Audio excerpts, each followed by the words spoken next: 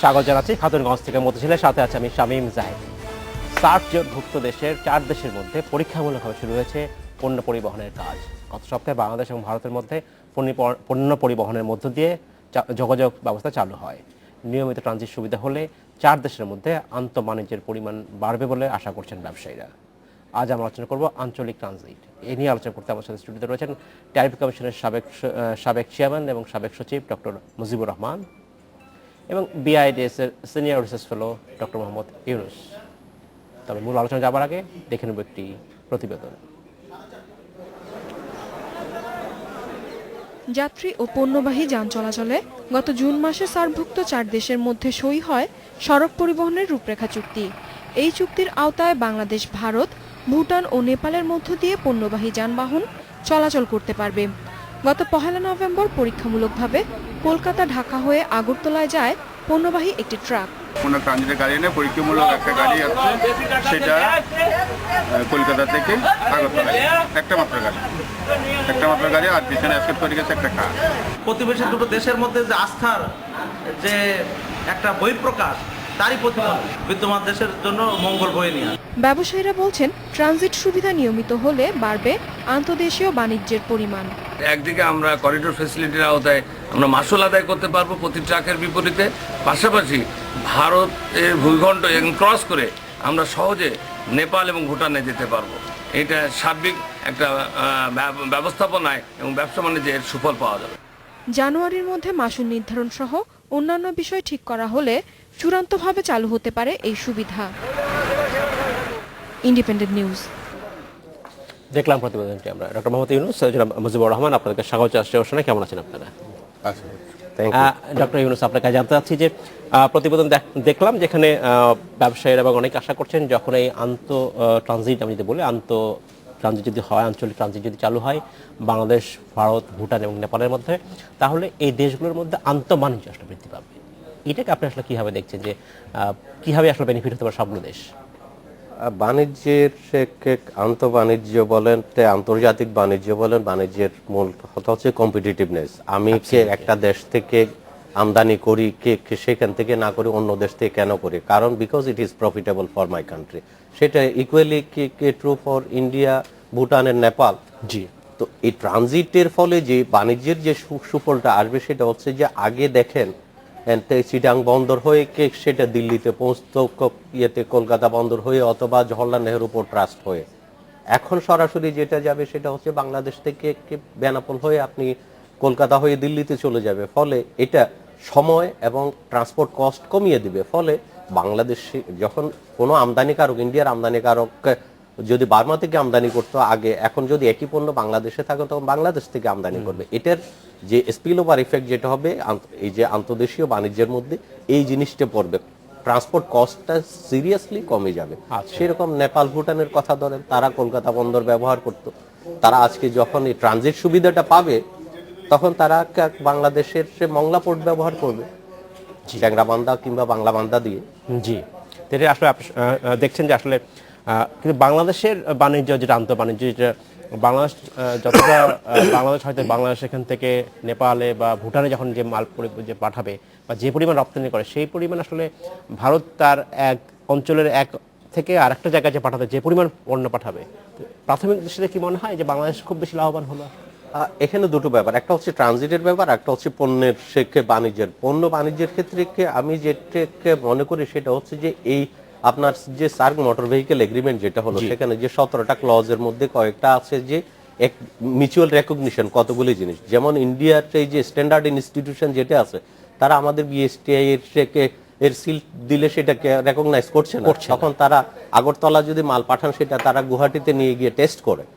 যদি এই মিউচুয়াল রেকগনিশনের ব্যাপারটা আসে তখন আপনার ওই বাংলাদেশের বিএসটি এর সিলটা দিয়ে আপনি ওখানে আর ডিমারেজ দিতে হবে না, এটা ইয়েতে কাস্টমসে বন্দী অবস্থায় থাকবে না আগরতলাতে।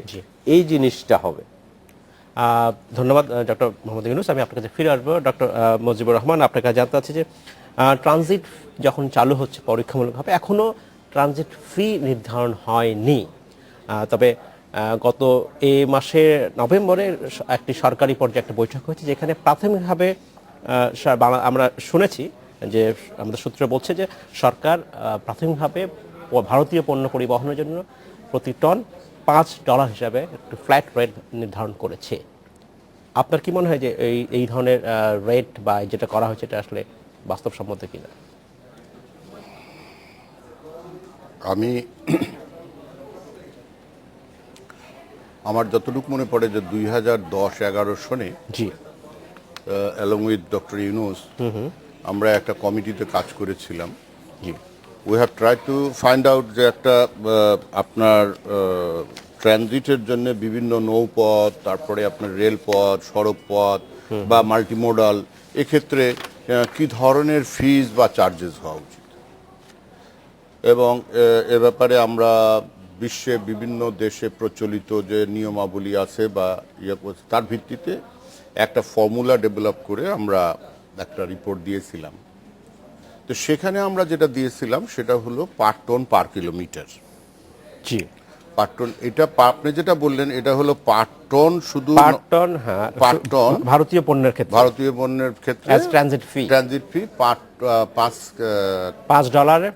প্রতি পার টনে $5 মানে $5 যদি আমি ধরেন একটা ট্রাকের 20 টন হয় তাহলে $100 একটা ট্রাকের। এটা রিলেটিভলি একটু কম, আচ্ছা রিলেটিভলি একটু কম।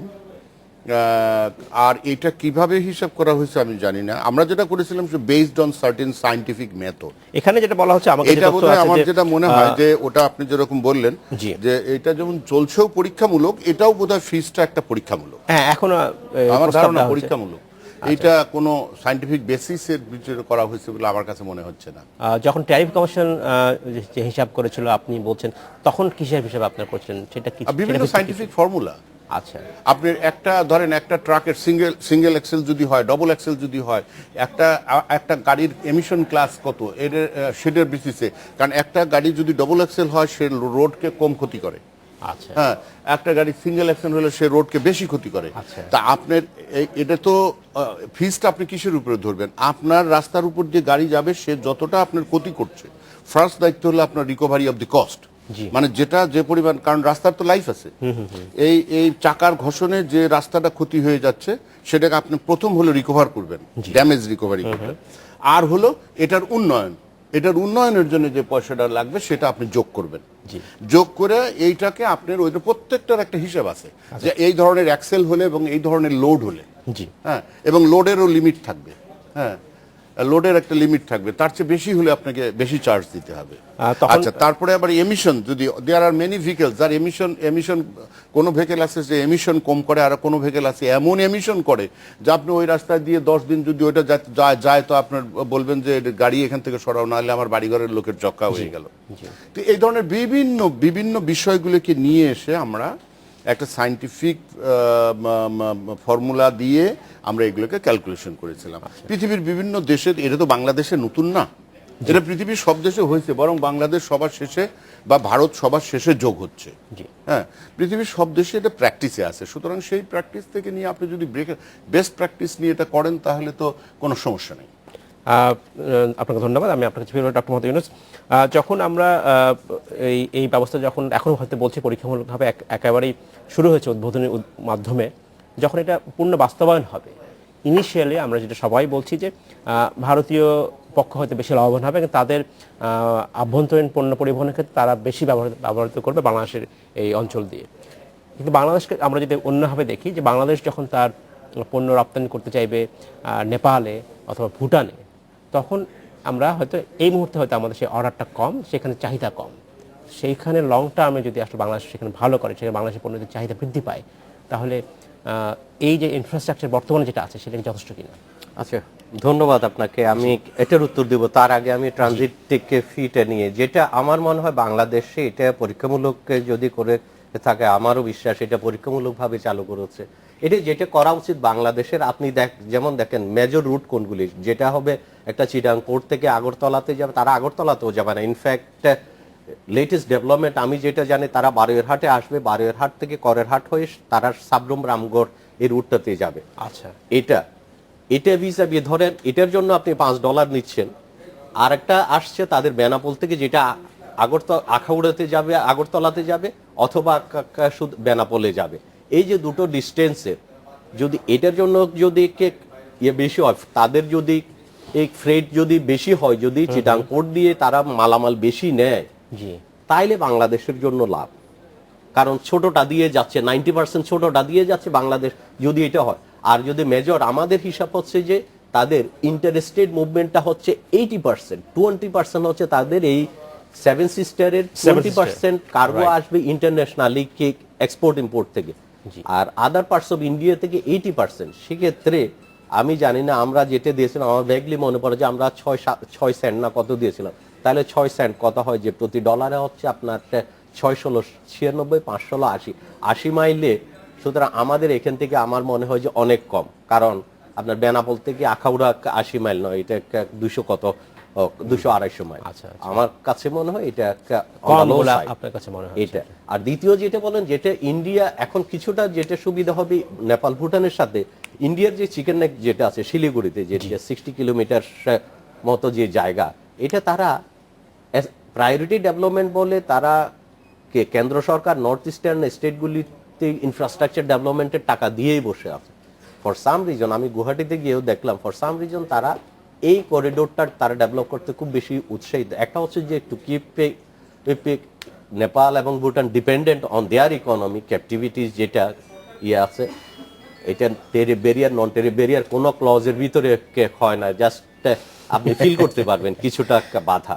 সেই জিনিসটা এটা এখন যেটা হবে যে ফরেন নেশন যে মোটর ভেহিকল এগ্রিমেন্টের ফলে তারা এখন এই করিডোরটা, কারণ ওখানে ক্লজ আছে যে প্রতিটা কান্ট্রি ইন্ডিপেন্ডেন্টলি তাদের ওন কস্টে তাদের ইনফ্রাস্ট্রাকচারগুলি ডেভেলপ করবে। এটা তখন রেসিপ্রোসিটি হিসাবে বাংলাদেশ তখন ইয়ে করতে পারে নেগোসিয়েশনের সময়, যে তোমরা এটা ইন্ডিয়াকে বলতে পারো তোমরা এটা করে দাও, তাই then it will facilitate our business vis-a-vis Bhutan and Nepal, তখন বাণিজ্যটা বাড়বে। ধন্যবাদ ডক্টর ইউনূস। আমাদের সময় হচ্ছে একটি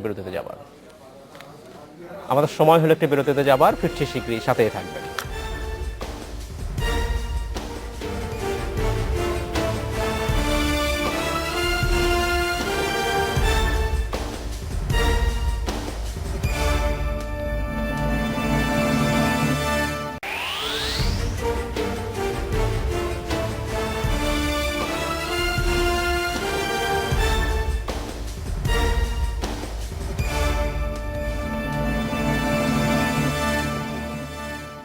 স্বাগত আরেকবার খাতুনগঞ্জ থেকে মধ্যে ছিল। আজ আমরা আলোচনা করছি আঞ্চলিক ট্রানজিট নিয়ে। এই নিয়ে আলোচনা করতে আমার সাথে স্টুডিওতে রয়েছেন ট্রাইব কমিশনের সাবেক চেয়ারম্যান ডক্টর মুজিবুর রহমান এবং বিআইডিএস এর senior research fellow doctor Mohammad Yunus. Doctor Yunus এবং নাম মুজিবুর রহমান, আপনাকে স্বাগত জানাচ্ছি আরেকবার।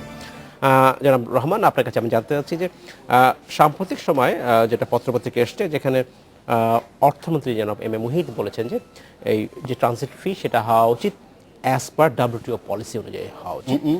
WTO পলিসি অনুযায়ী ট্রানজিট ফিটা নির্ধারণ হওয়া উচিত। তিনি আরও বলেছেন যে 1910 সালে tariff commission, Bangladesh tariff commission যে ট্রানজিটের চার্জ নির্ধারণ করেছেন, সে বিষয়ে তিনি বলছেন যে in principal the report is correct but the calculation is absurd. আপনি কি মনে হয় এটা? নাম্বার ওয়ান উনি কেন বললেন যে এটা calculation is absurd, I really don't know, because calculation is based on some scientific formula. হ্যাঁ, ইন প্রিন্সিপাল যদি কারেক্ট হয় তাহলে ক্যালকুলেশন অ্যাবসার্ড হওয়ার কথা না। অ্যান্ড ওখানে যে সমস্ত লোক যারা সবাই ছিল ওখানে বাংলাদেশের, including doctor Yunus, doctor Mustafizur Rahman, doctor Rahmatullah, doctor Sadiq, হ্যাঁ, এবং অল দি সেক্রেটারিজ যারা ইনভলভ ছিল, এটা যারা ফাইনাল করেছে, আমি মনে করি না তারা সবাই এত বড় ভুল করবে। আর মাইসেলফ, আমি মনে করি যে আমরা যেটা করেছি that was 100% perfectly all right. Second প্রশ্নের উত্তর হচ্ছে WTO, ইয়েস, আমরা যেটা করেছি সেটা WTO গ্যাট প্রিন্সিপাল 5 অনুযায়ী যেটা অ্যালাউড, এবং যে ফিজ এবং চার্জেস ধরা সম্ভব ওই আইনের আওতায়, সেই আইনের আওতায় আমরা করেছি। তো সুতরাং মাননীয় অর্থমন্ত্রীর এই মন্তব্যের সাথে আমি একমত নই। আমি বরং ওনাকে অনুরোধ করব টু রিভিজিট দ্যাট রিপোর্ট, যেটা অবশ্য কখনোই এটা খুব ন্যাশনাল লেভেলে এটাকে খুব প্রেজেন্টও করা হয় নাই। আমি বলবো যে এটা ন্যাশনাল লেভেলে যদি উনি পাবলিশ করেন এবং সেখান থেকে যদি এই ক্রিটিসিজমটা আসতো, তাহলে পরে দেশ উপকৃত হতো, এটা সরকারও উপকৃত হতো, এবং আমরা নিজেরাও উপকৃত হইতাম। তো সেটা না করে এটাকে অ্যাবসার্ড বলাটা আমি মনে করি আমাদের কাজের প্রতি খুব অবিচার করা হয়েছে। আমি আরেকটা বিষয় আপনাদের দৃষ্টি আকর্ষণ করতে চাচ্ছি। যখন ট্যারিফ কমিশন থেকে আপনারা এই ফি নির্ধারণ করলেন, তখন আর কি মেকানিজম রেখেছিলেন যে পরবর্তীতে এই জিনিসটাকে মনিটরিং করবে বা এটাকে দেখভাল করবে? এমন তো নয় যে যেটা আপনি নির্ধারণ করলেন সেটা ভবিষ্যতে হয়ে দেখা হবে। সেটাই আমি বলতে চাচ্ছিলাম। জি। তো আপনার সময় আছে কিনা জানি না, কারণ আধ ঘন্টার সময়। শোনেন, ট্রানজিট আজকে আপনি শুরু করলেই ট্রানজিট চালু থাকবে এরকম কোনো গ্যারান্টি নেই। আচ্ছা। আমাদের দেশে আমরা যেটা এখন চালু করেছি, ঠিক আছে, আগের আইনগত বৈধতা ট্রানজিটের তিনটা জিনিস আছে। একটা হচ্ছে আইনগত দিক, জি। আর একটা হচ্ছে ব্যবহারিক দিক, প্রায়োগিক দিক, আর একটা হচ্ছে আপনার ইকোনমিক, অর্থনৈতিক দিক। আচ্ছা। এই তিনটা জিনিসের সমন্বয় করে এটাকে যদি একটা ইনস্টিটিউশন হিসেবে ডেভেলপ না করেন, তাহলে আপনি যত চেষ্টাই করেন এই ট্রানজিট সুষ্ঠুভাবে সুন্দরভাবে আপনি রাখতে পারবেন না। জি। তো আমরা পুরো জিনিসটা যাতে একটা সিস্টেমেটিক ওয়েতে চলে, ইভেন এই ফিজের ব্যাপারে আমরা একটা স্ট্যান্ডিং টেকনিক্যাল কমিটি সাজেস্ট করেছি যে এটা অবিরত, কারণ একটা ট্রাফিকের ভলিউম মুভমেন্ট, ভলিউমের উপরে, তারপরে রাস্তার অবস্থার উপরে, তারপরে কনজেশনের উপরে নির্ভর করবে হলো আপনার এই ফির উঠানো। এটা কোনো সময় কনস্ট্যান্ট না। There will be some fees that is constant, but there will be some fees which is always variable. এখন রাত 2টার সময় একটা গাড়ি পার হবে, তার ফিজ একরকম হবে, দুপুর বেলায় যে গাড়ি ঢাকা ক্রস করবে তার ফিজ আর এক রকম হবে, বুঝলেন? তো সুতরাং আমরা all scientific pros and cons এটাকে করে আমরা প্রস্তাব দিয়েছিলাম। সেকেন্ড হচ্ছে আপনাকে আমি বুঝাই, যেটা যেহেতু আপনি প্রসঙ্গটা করেছেন, মনে করেন একটা পরীক্ষামূলকভাবে গাড়িটা এসছে। জি। পরীক্ষামূলকভাবে গাড়িটা পার হবে কিভাবে, কোন রাস্তা দিয়ে পার হবে? বলে যে উনি রওনা হয়েছে বেনাপোল থেকে, উনি যা আগরতলা পৌঁছে। হু গ্যারান্টিজ? সেটাই। হু গিভ সিকিউরিটি? এই যে রাস্তায় তার যে মালামালগুলো লুট হয়ে যাবে না, জি, এর গ্যারান্টি কাউকে দিতে হবে। তার জন্য লাগবে আপনার স্পেশাল হাইওয়ে পুলিশ, ওকে? তারপরে সিল লাগবে। আচ্ছা, মনে করেন যদি ওটা না থাকে, মাঝখানে যমুনা ব্রিজ পার হয়ে দেখা গেল 10টা ট্রাক লুটপাট হয়ে গেছে, ঠিক আছে? আপনি তো আর ওটা ট্যাক্সও দিয়ে আসেন নাই, তাহলে এই মালগুলোর যে ট্যাক্স গভর্নমেন্ট লস করলো, সে ট্যাক্স কে আদায় করবে? Right. There should be a mechanism. আচ্ছা, ওকে। আসার পথে সময় বেশি নেই, আপনি এক সেকেন্ডে শেষ করি। আসার পথে এই গাড়ি 10টা অ্যাক্সিডেন্ট করে 10 জন লোককে মেরে ফেলে দিল, 10টা দোকান ঘর উল্টে ফেলাই দিল। Who pays for that? So there should be a mechanism for insurance coverage and etcetera, right? ঠিক আছে? তো আমাদের যে রিপোর্ট, সেই রিপোর্টে এভরিথিং, এবং এটার জন্য একটা ইনস্টিটিউশন বিল্ডিং কিভাবে করতে হবে, তার শেপটা কিরকম হবে, সেই সব সাজেশন সহ আমরা দিয়েছি। আমি অনুরোধ করব আপনার মাধ্যমে সরকার, গো ব্যাক অ্যান্ড রিড। আচ্ছা, go back and read and do that properly. Absolutely. ধন্যবাদ ডক্টর মোহাম্মদ ইউনূস। আপনার কাছে আমি জানতে চাচ্ছি যে বাংলাদেশ এই ট্রানজিটের সুবিধা যদি বেশি নিতে চায়, বেনিফিট বেশি নিতে চায়, তাহলে বাংলাদেশের পণ্যের, আমরা সবসময় বলি বাংলাদেশের পণ্যের সেবার মান বাড়াতে হবে। এর বাইরে আসলে কি করা আছে? বাংলাদেশ কোন নতুন কোনো রুট এক্সপ্লোর করতে পারে না? বাংলাদেশ ভারত তার পণ্য আসলে পাঠাতে সহজ হবে কিনা? এক মিনিট, আপনার আবারও আমি করে যাচ্ছি। 1 মিনিট ট্রানজিটের যেটা আছে, সময় নেই, আমি 1 মিনিটের মধ্যে আমি যেটা বলতেছি, এটা হচ্ছে যেটা বর্তমানে যে সার্ক মোটর ভেহিকেল এগ্রিমেন্ট যেটা আছে, বিবিআইএন টেক এমবিএ যেটা আছে, সেখানে আছে যে বাইলেটারালি কান্ট্রিগুলি ফিজ চার্জ এগুলি নির্ধারণ করবে। এক্ষেত্রে বাংলাদেশের একটা সমস্যা পড়বে যে যার সাথে নেগোশিয়েট করতে পারবে তার সাথে বেশি ফি নিতে পারবে, যার সাথে নেগোশিয়েট করতে পারবে না তার থেকে কম ফি নিবে। এটা ভজকট অবস্থা সৃষ্টি। তার চেয়ে যেটা ডক্টর মুজিবুর রহমান সাহেব যেটা বলেন, কোনো সাইন্টিফিক বেসিস দিয়ে সেটা লং টার্ম যাতে এটা সাস্টেনেবিলিটি থাকে আমার ইনফ্রাস্ট্রাকচারের, rail, road and waterway, সেইভাবে ফিটা নির্ধারণ করা উচিত। সেটা যদি অর্থমন্ত্রী যেটা প্রপোজ করেন সেখান থেকে বেশি হবে, কম হলে হবে। আর যেটার কথা বলেন সেটা হচ্ছে যে এই মোটর ভেহিকেল এগ্রিমেন্টের ফলে যেটা হয়েছে, অনেকগুলি আর্টিকেল আছে, দেখবে 17টা আর্টিকেলের মধ্যে কতগুলো যে মিউচুয়াল রেকগনিশন, আমি গতবারও যেটা করে মিউচুয়াল রেকগনিশনের কথা যখন আসবে, তখন এই জাতীয় নন টেরিফ ব্যারিয়ার আজকে যেটা বাংলাদেশের পণ্য সম্মুখীন হয়, তখন সেই নন টেরিফ ব্যারিয়ার হবে না। তখন বাংলাদেশের অনেকগুলি পণ্য ইন্ডিয়াতে যেতে পারবে এবং চিকেন নেস্টের ডেভেলপমেন্টের ফলে নেপালে আমাদের বাণিজ্য আরো বেড়ে যাবে। ডক্টর মোহাম্মদ ইউনূস, আপনাকে অসংখ্য ধন্যবাদ। ডক্টর মুজিবুর রহমান, আপনাকে ধন্যবাদ। নিশ্চয়ই ভবিষ্যতে আমরা আপনার সাথে আবার কথা বলবো। Thank you. এই ছিল আজকের মতো খাতুনগঞ্জ থেকে মতো ছিল। আমাদের সাথেই থাকবেন, দেখা হবে আবার।